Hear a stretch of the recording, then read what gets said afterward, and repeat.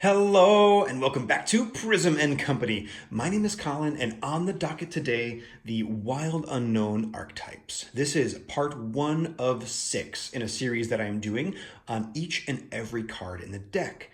If you are new to this series, I have left a link in the description to the introduction video. Super handy, an overview of the whole thing, and you can hear some of my disclaimers there. With that, let's jump right in. The first card, ooh, that didn't quite land in the center. Up on our journey here is the Mother. And I think it's a beautiful place to start because kind of, archetypally, I'm sure I'll say that word a lot, or ideologically, I suppose, life begins from a mother-style figure, whether it's a literal mother who births something into the world, or something that is gestated somewhere, even like a mushroom cap, generating spores. Not a mother in the traditional sense, but it is brewing and stewing life and then spreads them into the world. There's lots of different ways you could look at this, and to me that makes a successful archetype, when you can apply this idea to many, many different things. There are some other cards that I'm torn on whether they would make good first cards or not, and I'm sure Kim was too, but a really good spot. I think this is great. Also, can we just talk about the little errors on the side, because they are so damn cool. Super, super neat. Let's see what the best way to do this is. I'm going to lay out our RWS card, our Thoth, and our Marseille. We'll get a little bigger each time. Now, my pairing for this card is the Queen of Wands. And this is true for every single one of these cards. There was a lot of contention, a lot of vying for first place. The Empress made her way into this slot at one point, the Queen of Pentacles, but they all filtered out into other cards. So note as I go along that you might immediately think Mother and like a card jumps to mind. You're screaming like, why didn't you pick that? Please let me know. I would love to know down in the comments below. I think it'd be really cool to talk about other cards that you guys think would go well with the archetypes. Now, let me grab the book here real quick because I do at least want to read the keywords.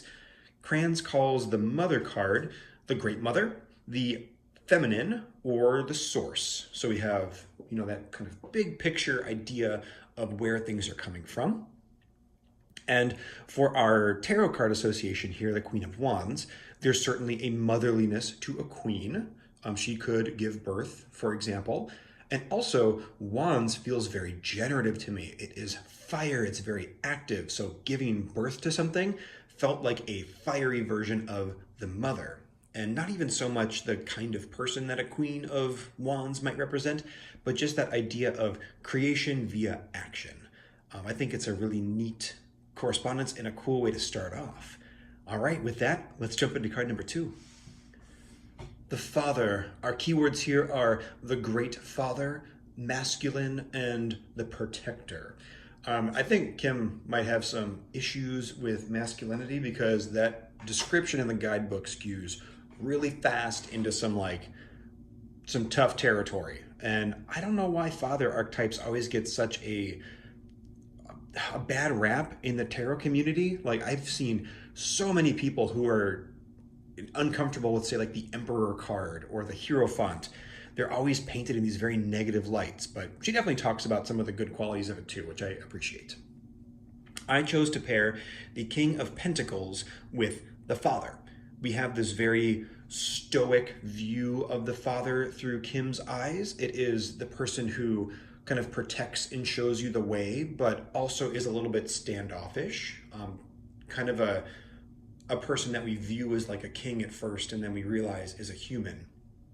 So I, presented a very earthly king in this case from tarot. So someone who is very grounded and a hard worker, but maybe a little bit kind of stubborn or, head in the sand a little bit.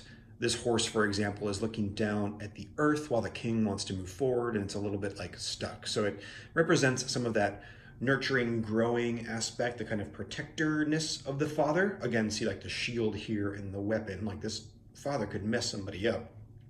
And then also some of the immobility of that. Take a look at how bored this king looks, sitting here, sort of like leaning on his own arm, like, oh, fine, I guess we'll look at the Father archetype. I think it's a really cool pairing though. So that means that our archetypal Mother and Father are the Queen of Wands and the King of Pentacles. Let's move on to number 3. The Starborn. The keywords in this, I just forgot I had them loaded into my brain. The divine child, the star child, the destined. This speaks to that feeling that we have when we're young of, anything is possible, that kind of dreamer persona, which I think is pretty cool. I think it's neat that the child was not the next one. We'll see that one very shortly here at number 4. But it's that idea of like destiny or dreaming that comes even before the idea of a kid, because anybody can have this, not just young people. Although the book, and I would agree, specifically references young people with this card because we often kind of lose that magic once the mundanity, that's probably not a word, once the mundaneness of life takes over. And it's really a beautiful card. These little pockets, we're going to see these all over, and these weren't used much in Kim's other work, but are very heavily used here. This is salt that was applied to wet watercolor. So you can actually see these dark blotches here are grains of salt that were dropped into the wet paint, and it creates these beautiful pockets where it repels the paint away and some of the paper is shown through. Lots of cool little examples. Nice to see a new technique being introduced as well. For this one, I chose the 10 of Cups. And I'm going with kind of a Thothi interpretation of the 10 of Cups here. And, maybe even a little bit of the Rider-Waite too. But it's that idea of kind of that overflowing joy, that like anything is possible attitude. Because for, the Starborn, for the dreamer like this, you don't have to worry about physical limitations or limitations of life. You can just dream and let those dreams expound and overflow, just like we see the water overflowing on all these cups here and just pouring off the side, which I think is pretty darn cool. There's some other neat things that have happened with this, specifically between the Thoth and the archetype cards. There's a lot of really neat color correspondences that have popped up, and I didn't do those intentionally, they just kind of spilled in. But here, like this is a very subtle one. Some of them are much more obvious, but we have a lot of these oranges and reds on the top, and then the card kind of spills down from there. And to me, that almost looks like the orange and red of this card as if it was placed right on top here. And then we're seeing the ramifications of that saidity, that water spilling out of the cups and over the rest of the card. Beautiful. From here, let's take a look at number 4. The Eternal Child. I was a little bit down on this image at first, but it's really kind of grown on me. It's cool that she does these little bits of watercolor that she then cut out and put back into the image. So she actually drew that somewhere else, maybe photocopied it, maybe kept it as such, cut it out and put it on. This actually references the Self card, which we'll see way down the line, but it's really neat. And we also have this beautiful sun in the center, these hands reaching down, and then of course all these rays off the side. Really, really lovely. Now this is different than the Starborn. The Starborn, Star Child? What the heck was this called? The Starborn. That was card number 3. That one really referred to like the destiny aspect and the dreamer quality of being young. This one refers to the actual kind of innocence and playfulness of being young, more of like the physical idea of being young. And it's interesting that she actually calls out the frustration of growing and aging and the inner child being like, no, I want to play. Why am I so tired? Why does my body hurt? And I'm 30 now. Like I can totally feel that. I'm groggy already. I can only imagine, that gets more and more time. But I think it's fun. I think all of us have that yearning, that inner child that wants to come out. I don't think I said it. The keywords for this are the inner child and the child of joy.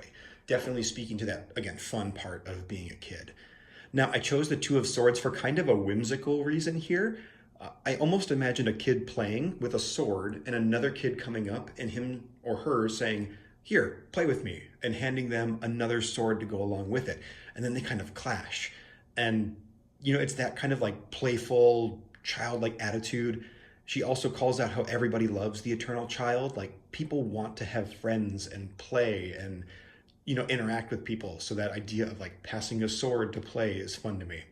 Also, this is, if we take a look at maybe like the more numerological idea of the 2 with swords, this idea that it's the first time that thought really like blossoms. We have the idea, almost the archetype of thought in the Ace of Swords, and then we have that first very innocent childlike approach in the 2.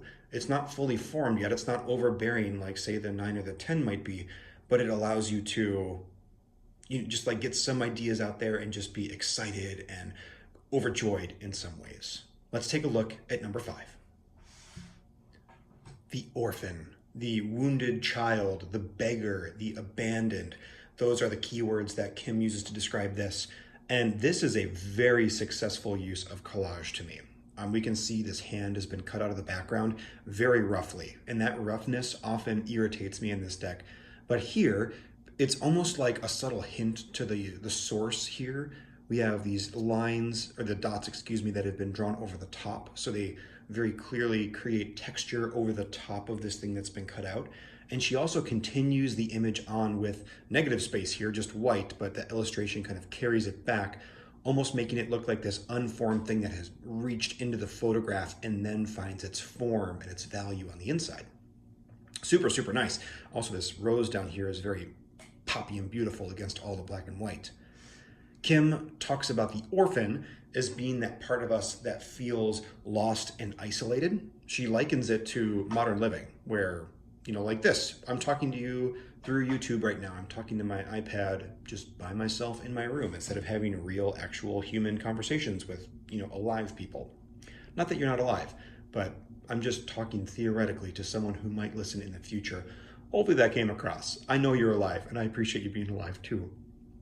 For this, I chose the 5 of Pentacles, that kind of stereotype of being like cast out from the RWS deck. We have these people out in the snow, outside of this church, or the idea of worry from the Thoth deck that, life sometimes isn't that stable or things could go away. And it's that feeling of not being safe, not being stable, that certainly goes to an orphan. An orphan does not have a set home, or even if it does, it constantly worries about food or all these different things. And, every actual orphan might be different, but the idea of the orphan that Kim is reaching for here. A super cool one, very successful card, and this was a match that I thought was kind of fun. It's not fun in theme, but it just worked so perfectly with what sort of the stereotype of this card is. Let's move on to number 6. The Mentor. Now, if you know me, you know that I'm a little creeped out by owls, but I can get over it because this is a pretty cool card. We have this almost cosmic owl overlooking our galaxy here. Now, I always do this. I start chatting because it's pretty and I forget the keywords.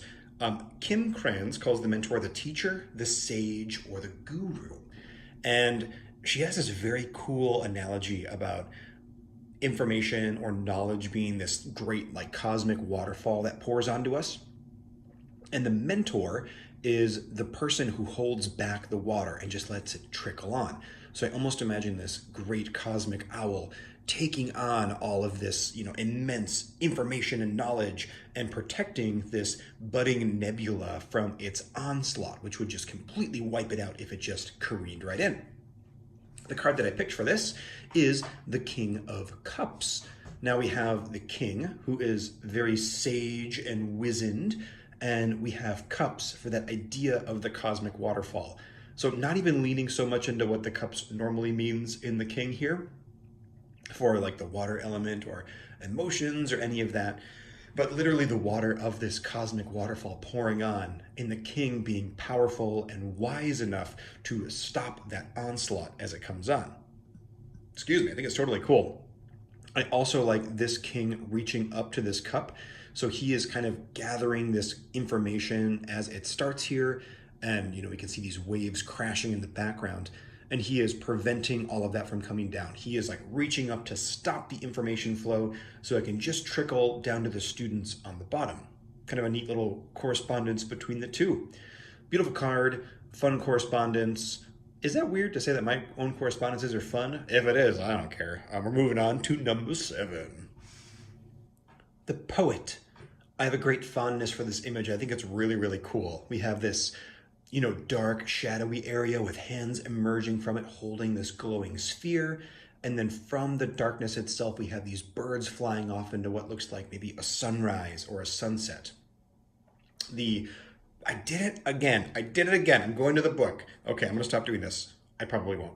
The poet here is the artist, the witness, the truth teller. Those are our keywords from Miss Cran's. And she talks about the poet taking the destiny, those big ideas from the Starborn, and trying to, bring them down to the people, if you will, to try and interpret them or work with those ideas. So the idea of, a poet writing beautiful prose to try and explain love or spirituality or something. These ideas that are very difficult to not experience, to hear about secondhand and not firsthand, I should say, and bring them down. Now, talking about this, the magician actually comes to mind, but what I really chose was the star. This is my correspondence here, and I chose the star partially because of what the poet is trying to reach for. It's almost all this stuff up there. The star is that beautiful, distant, flickering light. It is almost a very poetic tarot card. It is this little bit of hope or light in the distance. And, we're always reaching for it, but can never get there. So we just have to get as close as we possibly can. And for me, that's why these two overlap in a very nice way. Kind of a simple concept, but a really cool, powerful one. I get the vision of somebody laying on their back, looking up at the night sky, and, maybe even seeing stars, actually probably seeing stars if it's the night sky, and just being inspired to write a song or to paint something. That strikes me as what the poet is reaching for here. Let's take a look at number 8. The Maiden, the card that is speaking to naivete and sensuality and kind of the initial blushing experiences with those parts of life. Friggin' again, let me look up the keywords for you. We have the virgin, the princess, and the innocent. The story that Kim tells in the book, or the story she likens it to, is a princess wandering into a dark forest or waiting for a knight or for Prince Charming. And I think that idea is cool. It is dreamy, it is innocent again, it is very whimsical and kind of storybook. And then also all the downsides of those things. So being a little bit too caught up in the fantasy or the story or not being grounded enough. Also, the image is not very subtle with our two round shapes with smaller round in the center and this, opening on the bottom. We can all imply what that's referring to pretty darn easy. What I chose to pair with this was the Page of Cups.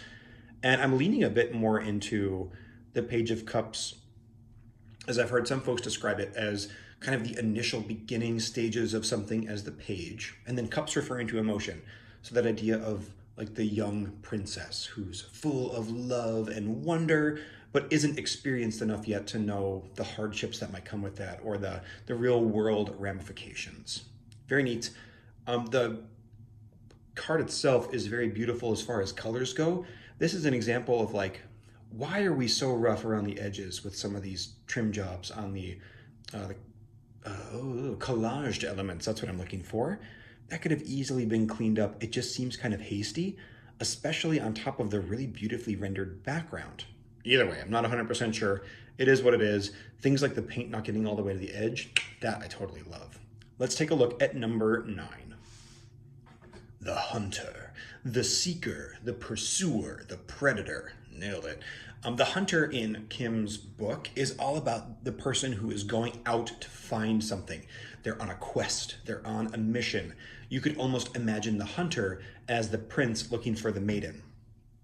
You know what? Let's bring the maiden on in. The maiden's like, oh, save me from the beautiful tower. And the prince is like, yeah, let me gallop on in and, I don't know, save you or something. Aren't you glad we took the time to do that? Boy, I sure am. That wasn't a waste of anybody's time at all. Here we are, though. She says the hunter should have 3 things in mind when, kind of considering this archetype or considering how this might apply to you. What is the quest? How are you going to get there? And what is the tool or the weapon that you're going to use? Those ideas are all built into the hunter, especially the idea of a weapon or a tool and, weapon archetypally, if you will, just like the tool that you will be wielding to get your end result. The tarot card that I paired with this was the Knight of Wands. Now we can certainly, see the knightness, in the hunter card. It's literally got a horse on it that feels very tarot-y. But the Knight of Wands is action. It is someone going out and, charging forward. You can really see it here in the Thoth, this person on a chariot with just fire exploding behind them, driving them forward, pushing them towards their goal. This is one spot where the images line up a lot for me, from the Archetypes deck to the Thoth, with the same spiky, warm colored tones just blazing out, and then the animal running into those tones as they go. Very, very cool. Let's take a look at number 10. The Warrior, one of the loveliest images in this deck. I mean, just look at it. It's a sweet animal skull with this like bleeding rainbow between its horns, this beautiful snake wrapped on its way through, and some very lovingly applied collage. Awfully successful. Our keywords are the samurai, the soldier, the advocate. The warrior here is representing the person, on the threshold of battle. That soul who kind of lives in between life and death, because a warrior sees a lot of that in battle. They see, themselves or their comrades living, and then all the people that are slain along the way. So there is this kind of profound, somber duty to this card, because they have to do this terrible task and just keep moving forward with it and understand that it's kind of the greater good. Now, the person that I paired with the warrior is the Page of Swords. I think I was trying to say page there. And I'm specifically leaning into the Thothi Page of Swords here, because this card is at battle in the Thoth deck. You can see it kind of with heaven asunder against the page as they are backed up against this pillar. They are fighting, they are at war, and they don't necessarily have to know the whole bigger picture of the war. They just need to know the battle at hand. Again, that refers to kind of the pageness of this card, the beginning stages, not necessarily the queen or the king who has more vast or big picture knowledge. A fun pairing.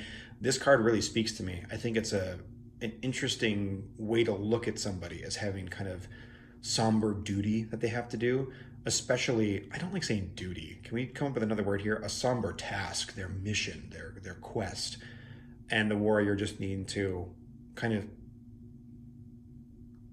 silence themselves or numb themselves a little bit to that, to carry on with their work. Let's take a look at 11.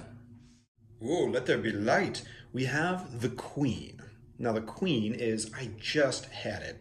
The light distracted me. No, the Empress, the Mother Queen, or the Sovereign. So the Empress, the Mother Queen, the Sovereign. Kim talks about this card being that person sort of in charge who is overseeing the growth of something, or that idea of being in control and sort of being like a conduit for whatever a higher power might be towards those below. How you might imagine a queen is maybe the right hand of the king in some cases, or even maybe divinely appointed and kind of channeling down some of that energy down below. I really dislike energy. That word is so vague. I chose to pair this with the Empress. It's literally one of the keywords that Kim uses in her deck. And I think this is a fairly obvious correspondence here. The Empress is almost bigger than any king or queen because it is a major arcana card. So it is very archetypal in and of itself. And that's really what this is too. I got to give Kim props. She did a really nice job not making these feel like a literal queen, but the idea of queenhood. It's bigger. It feels bigger than just the keyword on the card, which is pretty darn cool. So we have very kind of crunchy, earthy version of this, and then the Empress, which is like the cosmically large version of that queen or mother archetype that you might see, among other things. A very cool one. Let's take a look at the next one. You might be able to guess what it is based on this guy, and I bet you'll be able to guess what card I have too. And they're subtle, but they're different in some ways. Let's take a peek. The King. I'm shocked. We have the ruler, the commander, the emperor. Now, where the queen was overseeing things and making sure that the kingdom was fruitful, the king is overseeing the kingdom and making sure that laws are upheld, that there is peace, or on the darker side of things, maybe the commander of the army, making sure that the kingdom is safe through war, whatever it might be. Now, again, one of her keywords is the Emperor, so I chose the Emperor as the card as well. And again, we have this beautiful color palette that is just matching up perfectly from the Thoth to the archetype deck as well, even in the Albana Weight, which I have here. And of course, our Marseille card, looking over. Actually, all these kings, except for this guy, get it together, are looking towards their archetype. It's very, very nice. Kind of a subtle difference here. I like the idea of the queen worried more almost about the people being like closer and more in touch, and then the king being a little bit higher view, overlooking the kingdom as a whole, the rules, the structure, the countryside, and all the defense. And it's archetypal again. The king and the queen are a masculine and feminine idea, but the idea behind them, the archetype, if you will, is just, are you looking at like the whole, or are you looking at the trees? Are you looking at caring for each individual or the collective altogether? Very neat. We're going to move on to our last card of the video, and thank goodness, because there's a frog in my throat. On to 13. The Crone. Last but not least for part 1 here. The Crone is that idea of the witch who lives in the woods, the person who has seen things and has this deep understanding from observation, a lot of life lessons learned, a lot of experience. For any of my D&D nerds out there, this person is, low intelligence, but very, very wise. Maybe even high intelligence too, but definitely on the wisdom half of things. All about the experiential nature of life. I want to call this card out for its image too, because it's really pretty and I love birds. So we have this crow here, but the crow is actually made up of this person. So the feathers, or the wing, I should say, of the crow is this hand that's kind of like reaching up and gripping it. So it's almost as if this crow, maybe wisdom, is being held and created by the person who has experienced it. It's really, really neat. Also, the blue on the bottom is lovely and beautiful as it bleeds into this gray in the background. Here we can see another application of that salt, which is flickering like information in the woods, those little lights in the dark. So cool. Now, I don't know if I actually said the keywords, forgive me. Those are the witch, the old woman, and the sage. A note to any budding deck creators out there, she uses the sage for like 4 cards. Use some different keywords. The English language, or whatever language you speak, is vast and beautiful and subtle. You can find lots of different words to embody the same idea. I chose the Page of Pentacles, and admittedly, this one is a little bit more shallow than some of my other picks. I picked it because of the Thoth here, because we have what looks like a witch in the woods. It is this person who clearly has understanding of the land that they're with. It almost looks like they're wearing this stone or perhaps a hide. They have antlers on their head and they're deep within the forest. The crone, in the archetypal sense or in the book, is referring to old wisdom or learned wisdom, where a page is often like young and budding, but we're going to ignore that part because we just have the lovely woods and the kind of animal quality. And I think it's pretty darn cool. Well, let's bring back in a few of these cards and take a look at them, because this was totally fun. Let me show you here my nightmare of a pile that I have, just full of cards and all this, but I will fish out some of the archetypes here. This was really, really neat. We are in the self category of the archetypes deck. It is organized into the selves, the places, tools, and initiations. So a lot of the cards here are going to be, why can I not talk today? Court cards, because court cards often represent people, or at least ideas of people. So it makes perfect sense that they would line up with these selves. And I think it's cool to imagine the idea of, us having all these different selves to work with, that we are made up of many. And there's some other cards in the deck that actually refer to that explicitly, which we will talk about once they arrive. Circle cards are weird, man. I'm trying to get these puppies to line up. Great, put my big old stack of other cards off to the side. Just lovely. I think the standout for me from all these is probably the poet, both for the image and just kind of that idea. I like it a lot. I think it's pretty cool. In the next video, we are going to continue on with the selves, and I think we just dip into the tools at the tail end. or excuse me, the places at the tail end. The places will be up next. Thank you so much for joining, everybody. Hopefully you enjoyed seeing what some of the archetypes are in this deck and how I have paired them up with tarot. Let me know what you think if you have any different correlations, and I will see you all next time. Thanks, everybody. Bye-bye.